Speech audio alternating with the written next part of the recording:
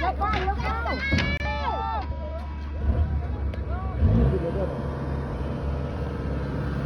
โอ้ยก็ได้ว่า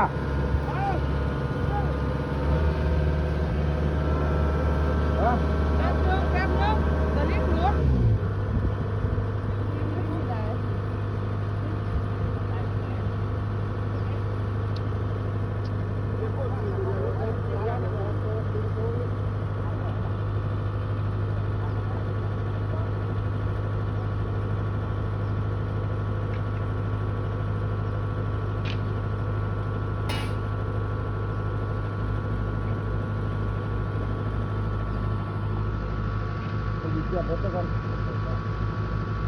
ไปยังแล้วใหญ่มันไปยังแล้ว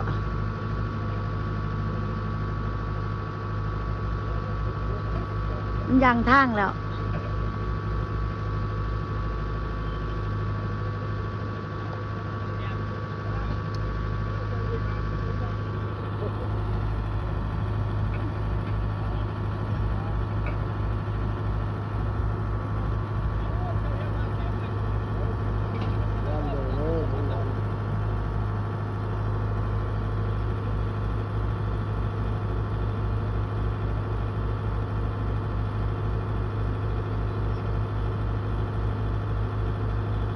ยังมาไม่พ้นหรอก